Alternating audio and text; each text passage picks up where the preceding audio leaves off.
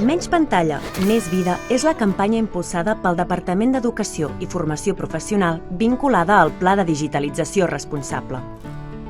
El pla té l'objectiu de garantir que l'alumnat assoleix competències digitals a través d'un ús ètic, saludable i responsable dels dispositius.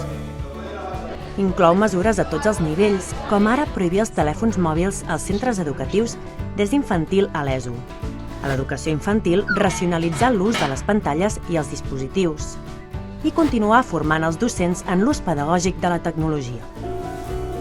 Més enllà dels centres educatius, el pla també vol donar suport a les famílies que vulguin acompanyar els fills i filles a l'hora d'entendre el món digital i guiar-los per fer un ús responsable dels dispositius digitals. Per aquesta raó, s'ha creat una guia per acompanyar a les famílies.